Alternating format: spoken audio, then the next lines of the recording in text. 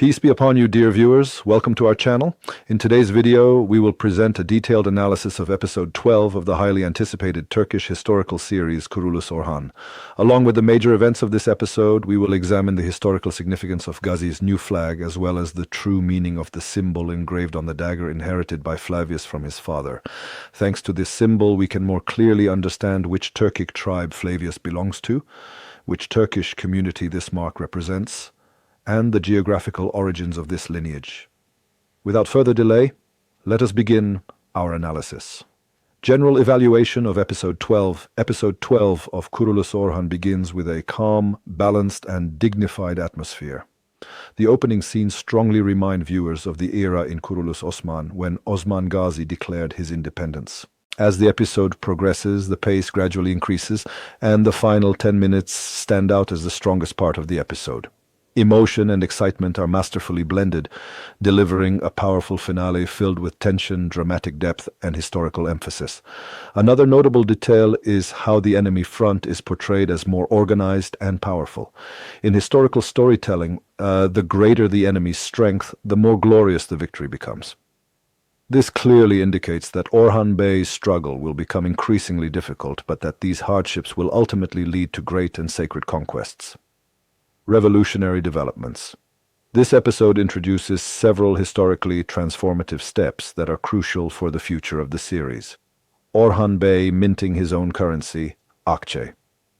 The establishment of a regular army composed of orphaned and parentless children, Orhan Bey's new and majestic kaftan. These elements symbolically demonstrate that Orhan Bey is no longer merely a tribal leader, but has assumed the identity of a true state founder. Esenbike, Esparsha, Kara Halil, and supporting characters. This episode dedicates significant screen time to the character Esparsha. However, many of these scenes fail to meaningfully advance the plot. The rescue scenes involving Orhan Bey follow a predictable and conventional narrative. Esparsha is also frequently mentioned in the dialogues between Orhan Bey and Nilüfer.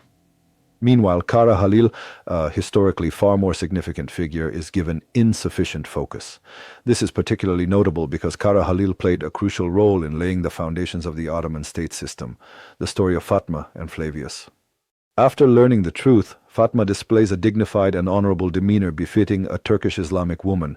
However, her character has increasingly become overly emotional, at times bordering on excessive melodrama. The prolonged screen time devoted to Fatma in this episode occasionally disrupts the overall pacing. While such woman-centered dramatic scenes may appeal to international audiences, maintaining balance is essential to preserve the historical identity of the series, the Ahi Order and the Bursa Bazaars. As we emphasized in our previous videos, the reintroduction of the Ahi Brotherhood was long overdue.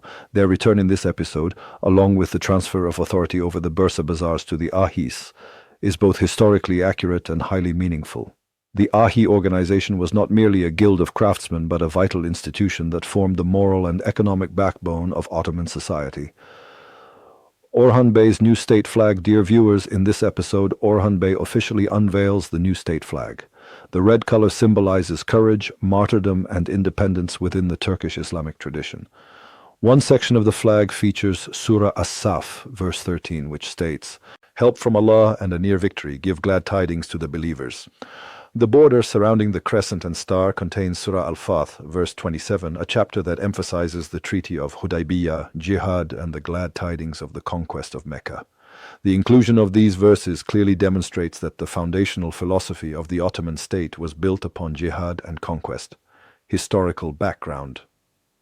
This flag appears to be inspired by the Aksankak, white banner, known as the earliest Ottoman banner. Historical sources indicate that the Seljuk state granted frontier-based banners as a symbol of authority for Gaza and conquest. Ottoman historians consistently emphasize that the Ottoman Beylik possessed a spiritual superiority in frontier jihad, distinguishing it from other Anatolian principalities. Flavius dagger and Tatar origins. Now let us turn to the dagger inherited by Flavius.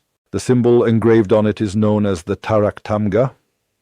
This emblem served as the official state coat of arms of the Crimean Khanate from the 15th to the 18th centuries, ruling territories across modern-day Ukraine, Russia, and Romania.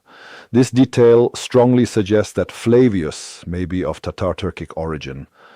As a result, his story transcends a simple love narrative with Fatma and evolves into an inner journey of identity and ancestry. This transformation makes Flavius's eventual acceptance of Islam far more meaningful and profound. Costumes and noteworthy details. Many characters appear in newly designed costumes in this episode. However, the lack of change in Malhun Hatun's attire is notable. Given that she is in her Ida period, more subdued and darker clothing would have been historically appropriate. Additionally, her active presence in Bursa during this period is historically debatable. Furthermore, the continued use of early episode color palettes for some female characters represents a missed visual opportunity. Ratings discussion.